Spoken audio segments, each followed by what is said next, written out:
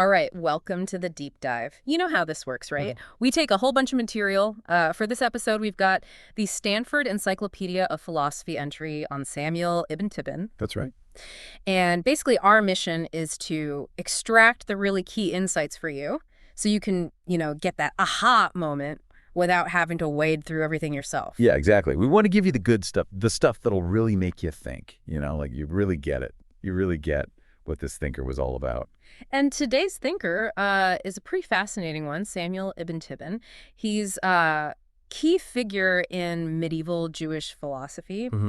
And I think for our listeners, people who are already into philosophy and history of ideas, you've probably heard of him before, at least because... Oh, yeah, everyone's heard of him because of his translation of the guide. Right. His translation of Maimonides' Guide of the Perplexed from Arabic into Hebrew. A massive undertaking. I mean, that alone is just a huge achievement. Yeah, absolutely. But that's kind of where we want to dig deeper, right? It's not just about the translation itself. Right. It's about what that translation tells us about Ibn Tibbon's own philosophical ideas. Exactly. Because he wasn't just a passive translator, just mechanically converting words. He was grappling with these complex ideas, interpreting them, shaping them. He had his own philosophical voice, and that's what we really want to uncover today. So we're going beyond Ibn Tibbon as just the translator of Maimonides, right? Yes. We want to see him as a philosopher in his own right. And to do that, we need to understand the world he was living in, 12th and 13th century Provence, a real hub of Jewish intellectual life. Provence was like this real melting pot of ideas, right? A place where different cultures and intellectual traditions were interacting and influencing each other. Absolutely. And the Ibn Tibbon family, they were right in the thick of it. I mean, they were absolutely crucial in making these philosophical texts, especially the works of Maimonides, but others, too, accessible to a wider Hebrew-reading audience. So they weren't just translating, they were kind of shaping the very landscape of intellectual discourse in Hebrew, right? Exactly. And that's what makes Samuel Ibn Tibbon so interesting. He wasn't just working within an existing tradition, he was actively building it. He was creating the language and the tools to think philosophically in Hebrew. So let's talk about that a little more, this idea of him as like a foundational figure, building a philosophical lexicon in Hebrew. Yeah, that's a great place to start. I mean, think about it. Before you can even have a philosophical conversation, you need the words to express those concepts. Right, you need the vocabulary. Exactly. And Ibn Tibbon, he took on this huge task of basically creating that vocabulary. He wasn't just finding one-to-one equivalents for Arabic terms. He was thinking deeply about how to convey these complex philosophical ideas in a way that made sense in Hebrew. So he wasn't just translating, he was kind of doing philosophy through translation, right? I think that's a great way to put it. Now, one of the things that really distinguished Ibn Tibbon from other translators of his time, like, for example, Judah al-Harizi, was his commitment to literal accuracy. Oh, yeah, they had quite different approaches, didn't they? Very different. Al-Harizi, he was all about elegance, about making the Hebrew sound beautiful and flowing. Ibn Tibbon, on the other hand, he prioritized sticking as closely as possible to the original Arabic, even if it made the Hebrew sound a little clunky or awkward at times. So why was he so insistent on this literal approach? Was it just a personality quirk, or was there something more going on there? Oh, no. It was definitely more than just a stylistic preference. Ibn Tibbon had a whole philosophical rationale behind his method. He believed that the order of words in a sentence actually contributes to the meaning. Interesting. So for him, just swapping words around to make it sound nicer in Hebrew, that actually risked distorting the original thought. That makes sense. So it's like how when we speak, we use our tone of voice and gestures to convey meaning. Yeah, exactly. It's not just the words themselves, it's the whole package. And Ibn Tibbon felt that a faithful translation needed to capture that. He wasn't just concerned with transmitting the information, he wanted to preserve the thought process behind it, the structure of the argument. It sounds like he approached translation with the same kind of rigor that a philosopher would apply to analyzing an argument. Absolutely. And another example of that rigor is his approach to the texts themselves. He wasn't content with just using whatever copy he happened to have. He wasn't just working from a single manuscript. No way. He actively sought out multiple manuscripts of the works he was translating, like, for example, with Aristotle's Meteorology and, of course, Maimonides' Guide. Wow. So he was comparing different versions, trying to figure out which readings were most accurate? Exactly. He was like a textual detective, piecing together the most authentic version of the text. And this attention to textual detail, this meticulousness, I think it really speaks to his deep respect for the ideas he was engaging with. Right. He wasn't just treating these texts as raw material to be manipulated. He was trying to understand them in their fullest, most authentic form. Absolutely. Yeah. And to do that, he didn't just rely on his own intuition or knowledge, he drew on all sorts of resources. Like, for example, he made extensive use of Arabic dictionaries. Oh, that's right. He was a pretty serious scholar of Arabic language and grammar, wasn't he? He was. And one dictionary in particular that he relied on a lot was Kitab al-Ain by Al-Khalil B. Ahmad. Now, this wasn't just your average dictionary. This was a massive, comprehensive work, like a real deep dive into the roots and structure of the Arabic language. It sounds incredibly detailed. It was. It covered everything: etymology, morphology, semantics, all with tons of examples from poetry and prose. So Ibn Tibbon, he wasn't just looking up words. He was really trying to understand the nuances of Arabic thought and expression so that he could translate them as accurately as possible into Hebrew. So he was going way beyond the surface level, really trying to get at the heart of these ideas. Exactly. And it wasn't just dictionaries either. He also consulted earlier Hebrew translations, including some done by his own father, Judah ibn Tibbon. Interesting. So even when he might have disagreed with certain choices that his father had made, he still took those translations seriously, right? He did. I mean, he sometimes mentions in his own writings that he would have preferred a different term, but he often stuck with the established usage to maintain consistency and avoid confusing readers. He was very aware of the fact that he was building on a tradition, that he wasn't starting from scratch. So there was a real sense of responsibility there, of wanting to contribute to this growing body of Hebrew philosophical literature in a responsible way. Absolutely. But that doesn't mean he was afraid to innovate when necessary. I mean, when Hebrew just didn't have a good equivalent for a particular Arabic term, he wasn't afraid to coin a new one. Oh, right. This is where we get to the whole hippus for induction thing, right? Exactly. That's a perfect example of how Ibn Tibbon was not just a translator, but a real philosophical innovator. So the Arabic word for induction is istikra, which literally means something like settling down or coming to rest. Okay, how does that connect to the idea of induction? Well, one of the meanings of istikra is to thoroughly examine a piece of land, to really explore it and understand its features. And Ibn Tibbon, he saw a connection between that idea and the philosophical concept of induction, where you examine a bunch of particular instances to arrive at a general principle. Ah, I see. So you're moving from specific observations to a broader understanding. Exactly. And the Hebrew word that he chose, hippus, it actually means horse or mare. Okay, how does that connect to induction? Well, Ibn Tibbon, he explained that when a horse is running, it's all over the place. But when it comes to rest, it settles down in a specific spot. And for him, that was like the process of induction, where you start with a bunch of scattered observations, and then you arrive at a solid general conclusion. Wow, that's actually a really clever analogy. Right. It shows how deeply he was thinking about these concepts, how he wasn't just matching words, he was matching ideas. And this whole process of creating new Hebrew philosophical terms, it really had a transformative impact on the development of Jewish thought. It's like he was giving people the tools to think in new ways, right? Exactly. He was opening up new possibilities for philosophical inquiry in Hebrew. And one of the most important tools that he created was his glossary of philosophical terms, Perush Hamilo Hazarat, which is often found attached to his translation of the Guide. Right, so this glossary wasn't just meant to help people understand Maimonides' specific arguments. It was meant to be a more general resource, right? Absolutely. It was like a mini encyclopedia of Aristotelian philosophy in Hebrew. It went way beyond just defining terms. It provided explanations, examples, connections to other concepts. It was like a crash course in philosophy, designed to make these complex ideas accessible to a Hebrew reading audience. So he was doing a lot of heavy lifting here, not just translating, but also explaining, interpreting, making these ideas really land for people. Exactly.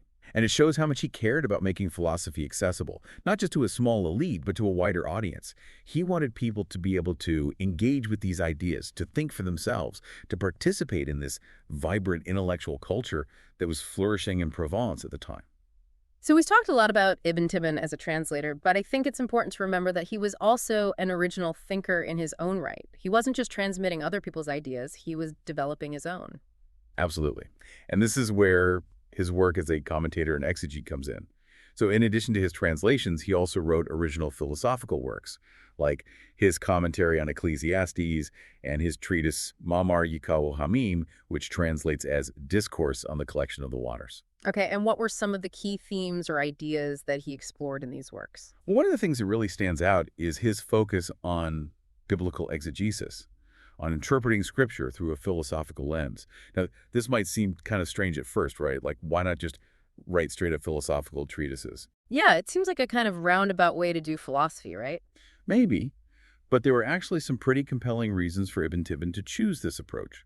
Firstly, by grounding his philosophical ideas in biblical text, he could make them more familiar and palatable to his audience. Remember, this was a time when Aristotelian philosophy was still relatively new and controversial in Jewish circles. Right, so it was a way of kind of easing people into these new ideas, making them less threatening. Exactly. And it wasn't just about making things more palatable, it was also about establishing authority. By connecting his ideas to the Bible, Ibn Tibbon could give them a kind of legitimacy that they wouldn't have had on their own. So it was a way of saying, look, these ideas aren't coming out of nowhere. They're rooted in our own tradition, in our own sacred texts. Precisely. And this approach also allowed him to engage in a kind of dialogue with earlier commentators and thinkers. He could take a biblical verse or story that had already been interpreted in various ways and offer his own philosophical reading of it. And through that process of interpretation and reinterpretation, he could develop and refine his own philosophical positions. Exactly. So it wasn't just about transmitting knowledge, it was about creating knowledge, about pushing the boundaries of philosophical inquiry within a Jewish context. So let's look at a specific example of how Ibn Tibbon applied this approach. You mentioned earlier this idea of the final aim of human existence as a point of comparison between him and Maimonides. Right. This is a really key theme in medieval Jewish philosophy. And Ibn Tibbon, he had some pretty interesting and distinctive things to say about it.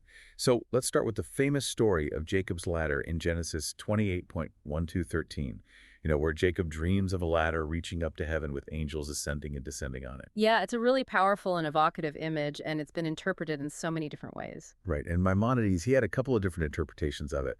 One was political, where the angels represented prophetic figures involved in governing the community. The other was cosmological, where the angels represented celestial intellects governing the cosmos. So different levels of interpretation, reflecting different aspects of reality. Exactly.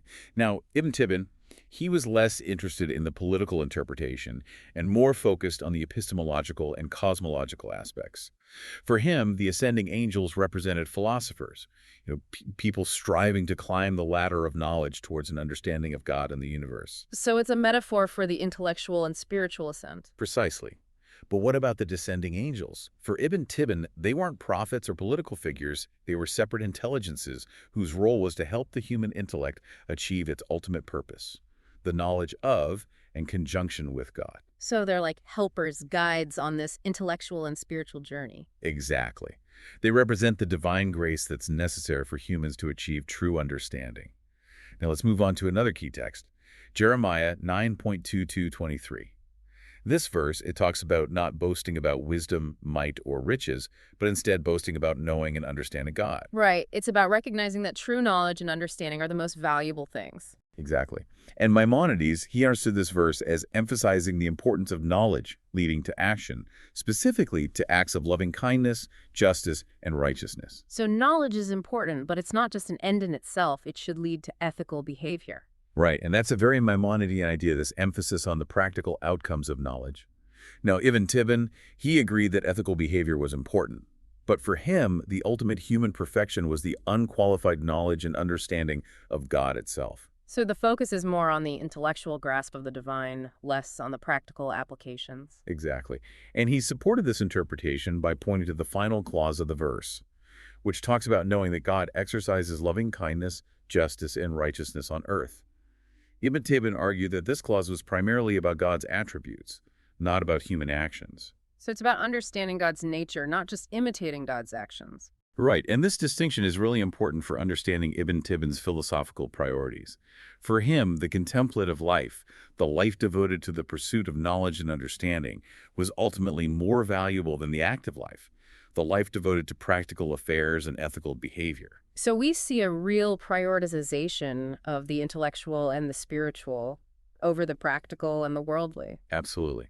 And this emphasis on contemplation comes through even more clearly in their contrasting interpretations of Songs 5.2. So this verse, it describes someone who is asleep, but his heart is awake. It's a beautiful image of like a deep inner awareness, even in a state of physical repose. Right. And Maimonides, he used this verse to describe the ideal state of the patriarchs and Moses. For him, these figures achieved a perfect balance between intellectual communion with God and active engagement in their communities. They were like people who could be deeply immersed in contemplation while still attending to the practical demands of life. So it's like a kind of integration of the contemplative and the active. Exactly. Now, Ibn Tibbon, he didn't disagree that this was a laudable state, but he suggested that there might be an even higher state, a state of pure contemplation, where the soul is completely detached from the distractions and demands of the physical world. So it's like a kind of radical withdrawal from the world in pursuit of pure knowledge and union with God. Exactly. And this idea, it really gets to the heart of Ibn Tibbon's philosophical vision. For him, the ultimate goal of human existence was to transcend the limitations of our physical embodiment and achieve a kind of intellectual and spiritual union with the divine. So across all these examples, we see a consistent emphasis on the contemplative life, on the pursuit of knowledge and understanding as the highest human good. Absolutely. And it's fascinating to see how he arrives at these conclusions through a close reading and interpretation of biblical texts. He's not just imposing his own ideas onto the tradition, he's engaging with it, dialoguing with it, and ultimately developing his own unique perspective within that tradition. And it's also important to remember that Ibn Tibbon didn't limit his philosophical explorations to these key biblical passages. He also wrote on other topics, like the symbolism of the temple and its rituals. Right. He had this short but insightful treatise on the reason for the table and showbread, where he offered a symbolic interpretation of these ritual objects, connecting them to philosophical ideas about the nature of the soul and its relationship to God. And he also had plans for more extensive commentaries on Proverbs and Genesis, though unfortunately those were never completed. So we see a real breadth and depth to his intellectual interests, a real commitment to exploring the intersection of philosophy and religious tradition. Absolutely. And his work, it didn't just stay confined to the pages of manuscripts. It had a real impact on the development of Jewish thought for centuries to come. So what would you say his legacy is? How did his work influence later thinkers? Well, he's widely considered to be the founder of Maimonideanism, which became a major intellectual movement within medieval Judaism. His translations of Maimonides' works became the standard Hebrew versions, and his own philosophical writings were studied and debated by thinkers across Europe and the Middle East. So his influence was pretty widespread, both geographically and temporally. It was. His ideas were influential in Provence, Italy, Byzantium, Spain, really across the Jewish world for several centuries. And it's not just that his works were widely read, they were also deeply respected. He was seen as a major authority on both Maimonides' thought and on philosophical exegesis more broadly. So he wasn't without his critics, of course, but even those who disagreed with him still had to take his work seriously. Exactly. Figures like David Kimhi, who was a major grammarian and commentator, they praised him for his scholarship and his insights. But then you also had thinkers like Jacob B. Chichet and Solomon B. Abraham of Montpellier, who were more skeptical of Aristotelian philosophy, and they raised concerns about Ibn Tibbon's influence, especially his role in making Maimonides' more esoteric teachings accessible to a wider audience.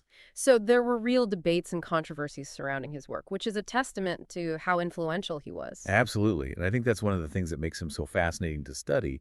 He was right at the center of these crucial intellectual and cultural transformations that were happening in medieval Judaism. So to kind of sum it all up, Ibn Tibbon was more than just a translator. He was a philosopher, an exegete, a real intellectual trailblazer who helped shape the course of Jewish thought for centuries to come. I think that's a great way to put it. And I think there's a really important lesson here for us as philosophers today. You know, we often talk about the history of philosophy as this grand narrative of ideas, but it's important to remember that those ideas were always embedded in specific historical and cultural contexts. They were shaped by the languages people spoke, the texts they read, the debates they had. Right, so it's not just about the ideas themselves, it's about how those ideas were transmitted, translated, interpreted, and ultimately how they were put into practice. Exactly. And Ibn Tibbon, he gives us a really powerful example of how all of those processes, translation, interpretation, transmission, can be deeply philosophical acts in themselves. He shows us that engaging with the past, with the texts and ideas of earlier thinkers, can be a way of generating new knowledge, new insights, new ways of seeing the world. So it's not just about preserving the past, it's about using the past to illuminate the present and even to shape the future. I think that's a great way to put it. And I hope that this deep dive into Ibn Tibbon's work has inspired you to think more critically about how ideas are transmitted and transformed across time and cultures. How do our own translations of knowledge, whether in science, politics, or art, shape our understanding of the world? What are the hidden assumptions and biases that we bring to our interpretations of the past? And how can we engage with the legacy of thinkers like Ibn Tibbon in a way that is both intellectually rigorous and personally meaningful? These are all questions worth pondering, and I think Ibn Tibbon's example can provide us with some valuable guidance as we navigate these complex intellectual terrains. So for our listeners, who might be feeling a little overwhelmed by the sheer scope of philosophical history, figures like Ibn Tibbon offer a really fascinating entry point. Right. He connects to so many different threads: philosophy, religion, language, translation, history. He's like a gateway into this whole world of ideas. Exactly. And even if you don't end up becoming a scholar of medieval Jewish philosophy, I think there's a lot to learn from Ibn Tibbon's example about how to engage with complex ideas, how to think critically and creatively about the relationship between tradition and innovation, and ultimately, how to make sense of our own place in the grand conversation of human thought. Well said. I really encourage our listeners to check out the Guide of the Perplexed and maybe even explore some of the other figures we've mentioned, like Judah al-Harizi, David Kimhi, even those critics like Jacob B. Sheshet. There's a whole world of fascinating ideas out there waiting to be discovered. Absolutely. And remember, folks, this is just a starting point. We've given you the key insights. Now it's up to you to dig deeper, to explore further, and to make these ideas your own. Happy diving.